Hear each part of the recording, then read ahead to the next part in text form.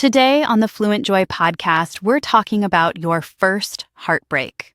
The moment love ended for the first time, and the world felt like it was ending too. John wrote in a journal. Camila waited by the phone. All of it is in this episode.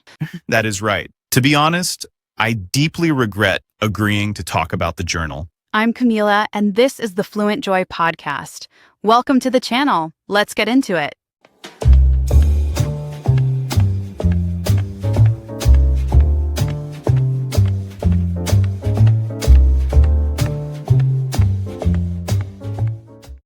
Welcome back to the FluentJoy Podcast. I'm Camila. And I'm John. And today's topic is one that everyone has a story about. Your first heartbreak.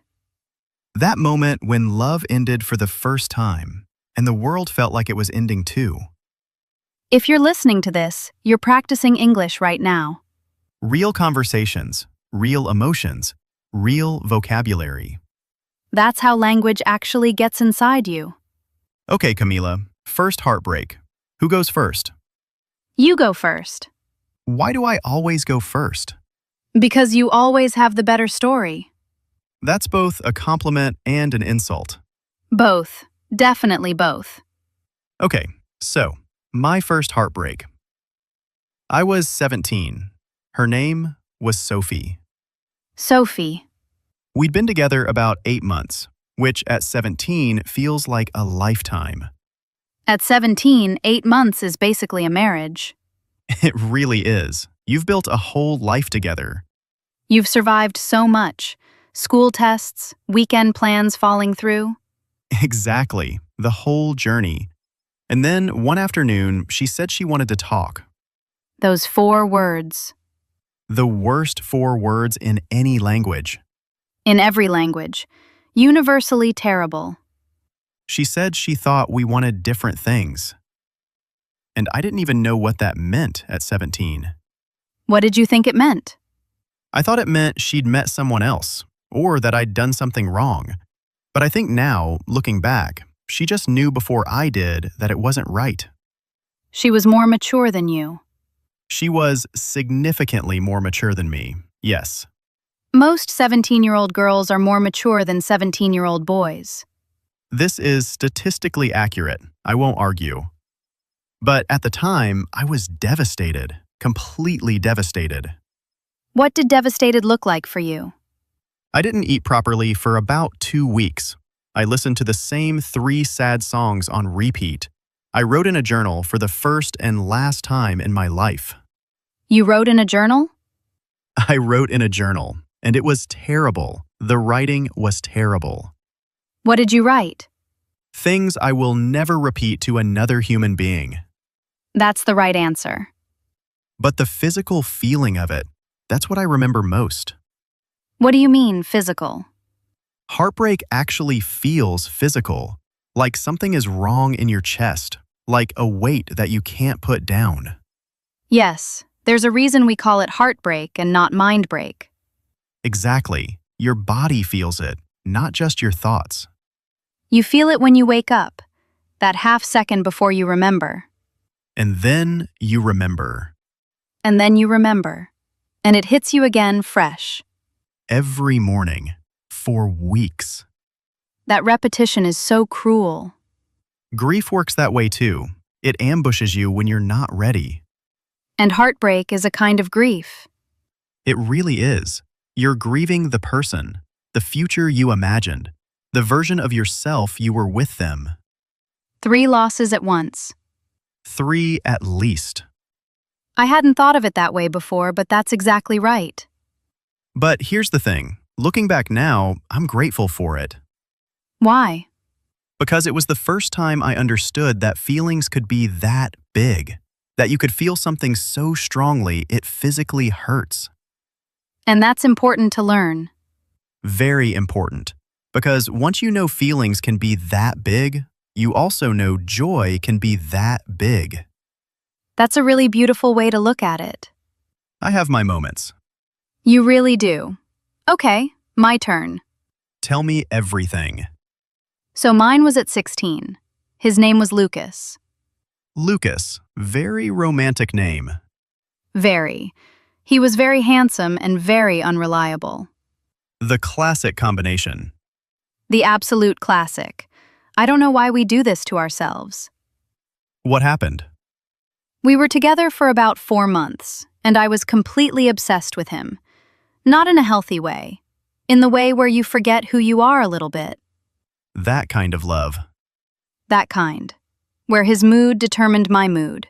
Where I waited for messages. Oh, that waiting. I remember that. Before smartphones, it was the phone on the wall, checking if anyone had called. Did you pick it up to check if there was a dial tone? I picked it up to check if there was a dial tone. To make sure the line was working. Because maybe the phone was broken. Maybe that's why he hadn't called. Obviously, the phone was broken. That's the only explanation. And then he just stopped calling. No big conversation, no explanation. He just faded away. Which is somehow worse than a clean ending. Why worse? Because you can't grieve something that didn't officially end. You keep waiting. You keep hoping. You keep making excuses for him. You give him the benefit of the doubt long after he deserves it. Long after. And then one day you realize you've been waiting for someone who left months ago. That's such a precise description of that feeling. And when that realization hits, it's its own kind of heartbreak. Separate from the original one. Separate. First, you lose him. Then you lose the version of yourself that was still hoping. That second loss is harder. Much harder. But also more freeing. Because once you stop hoping, you can start moving. Exactly. The hope was keeping me stuck. So here's something I'm curious about. Do you think first heartbreak is the hardest, or do later ones hurt more? That's interesting. I think first heartbreak is the most shocking, because you've never felt it before. You have no reference point. No reference point. No evidence that you will survive it. You don't know yet that people survive heartbreak. Right. Later heartbreaks, you have the memory of having gotten through before. But I think later ones can be deeper. Why deeper? Because you know yourself better, so you know exactly what you're losing. You lose with more awareness. Yes, first heartbreak, you don't fully understand what's happening. Later heartbreaks, you understand completely, and that understanding hurts in a different way. Both hard, just differently hard. Different kinds of pain for different stages of life. So, what did heartbreak teach you, looking back? That I should never lose myself in someone else again. That my mood can't depend on another person's attention. Did you learn that immediately? Absolutely not. Of course not. I had to learn it several more times before it actually sank in. That's the most honest thing you've ever said. Heartbreak is like that, though. You don't learn the lesson once. You learn it in layers. Every time you understand it a little more deeply. Until one day you actually believe it. Not just know it, believe it. Yes, there's a difference between knowing something and believing it in your bones. And heartbreak eventually teaches you to believe it. If you let it. If you let it. Some people don't. Some people close off instead. Build walls. Stop letting people in. Which is understandable, but sad. Because the thing that hurt you is also the thing that makes life rich. Loving people. Being vulnerable. Letting things matter. All of it comes with the risk of heartbreak. And all of it is worth it anyway. I believe that. I really do. So do I. Eventually. Eventually is the key word. The very important key word. So, what's our challenge for listeners today? Leave a comment. Tell us something heartbreak taught you.